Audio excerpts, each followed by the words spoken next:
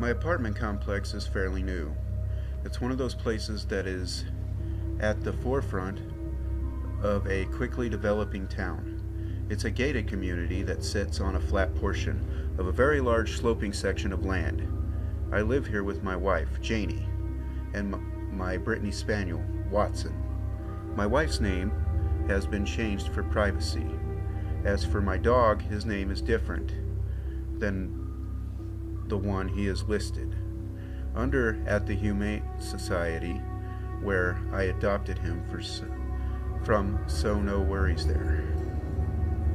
I'm a veteran. I just returned last month from a deployment that lasted 9 months.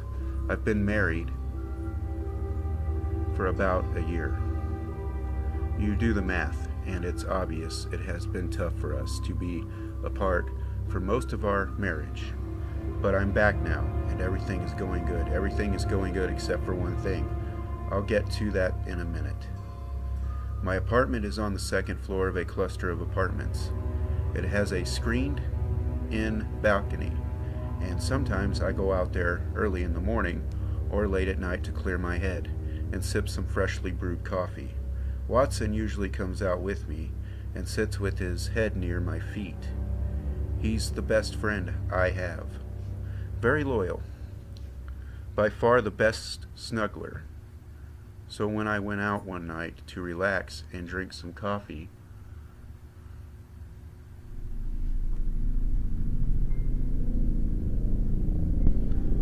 I was surprised to see him go straight to the edge of the balcony and look right into the edge of the woods.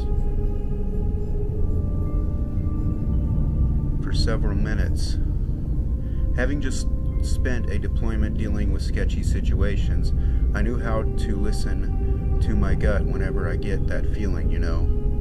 The one that says something's not quite right. The one that says someone is lying or hiding something, or something big and important is about to go down. Well, I was getting that feeling and grew it more intense by the second. I sat there looking where he was.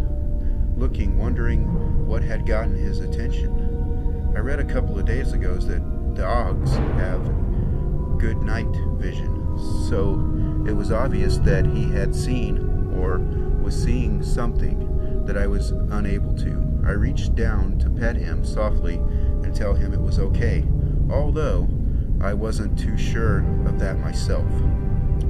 But as soon as I had began petting him, a deep guttural growl came deep in his throat. Alright, time out. What the fuck?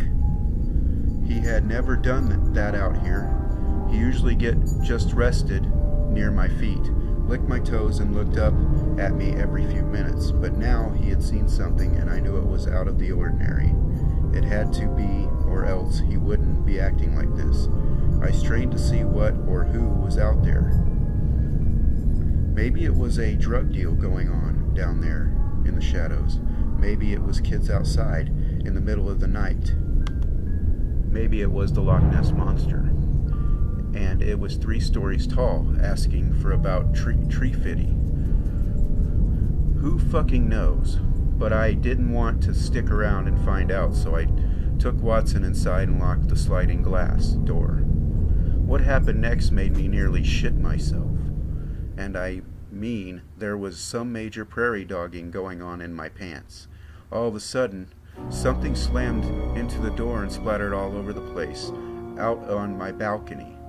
There was a huge mess, and you could barely see out of the window because of the sheer amount of organic matter that covered it. After my heart stopped beating incredibly fast, and my wife came into the living room wondering what happened, I looked closer. It was a bird. A fucking bird. The glass door was cracked down the middle. One huge vein-like crack shot down the length of it. Shit. That was going to cost a fortune to replace. My thoughts turned to the bird. I had no idea why it was even flying this time of night, much less straight for its death into my door. It didn't make sense. I was still shaken up when I explained exactly what had happened to my wife. She looked puzzled. She asked me if that was it, and when I told her, she just said okay, I tried to ask her what she was about to say, but she just said it was nothing and that we should get back to bed and try to get some rest. I agreed, but not before double-checking both locks on our doors. I called Watson in our room and locked the door behind me. We were all going to sleep together that night. The next morning, I got up and dressed, ate, and brushed my teeth quickly. I had a job interview that day, and I wanted to get there early to make absolutely sure I wouldn't be late, and to also give myself some time in case I got there and realized I had left something important. It has happened before. I left my freaking wallet one time. I took my coffee to go and headed to my interview. It was only 5 minutes away, and the whole thing wouldn't take more than an hour. I got to the store and was walking in when my phone rang. I was early, so I answered it. "Hello?" I said. I was cut off by my wife's frantic voice screaming on the other end. He threw it aside. I think it touched me. "Baby, please come home now." I crammed the phone in my pocket and ran back to my truck. I've never gotten home so fast in my life. I drove like a madman, and seconds later, I slammed on the brakes in front of the apartment. I jumped out and ran to the door, which was shut and locked. I got out my keys, fumbling with them like a fucking moron. When I managed to get the door open, I was greeted by a powerful stench and gory mess at the bottom of the stairs, and also my wife halfway up the stairs facing the door with her Kimber 380. I had bought her for in hand. And she kept saying, "I knew it, I knew it, I knew it. I knew something was going to happen. I knew something was wrong. I knew it." She was saying it in an oddly calm tone. "Janie," I said, in as soothing a voice as I could muster. "Baby, I need you to tell me what happened. Are you okay?" She looked up and seemed to snap out of the hazy state of mind. Just as she did, she began to cry and dropped her gun.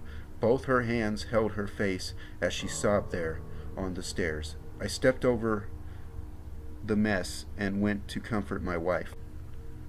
The stench was unbearable, so I moved her upstairs and ran a warm bath for her. Then I went to the kitchen and boiled some water for tea. She loved that. She was still unable to tell me what had happened. She was still in shock. I guess I told her to just relax for now. So after the bath and tea, I asked her about it. She was much more relaxed and calmed down now. She started off by telling me that she was about to do some laundry when she heard a knock at the door and went to see who it was. She couldn't see who it was through the peephole, so she decided not to open the door. Then she heard a little girl's voice say, "Want to buy some Girl Scout cookies?" She said that Watson started barking and went completely fucking nuts when the voice spoke against her better judgment. She opened the door and there was a figure in the dark, tattered clothing that shoved open the door and threw some kind of a mangled heap of flesh into our apartment.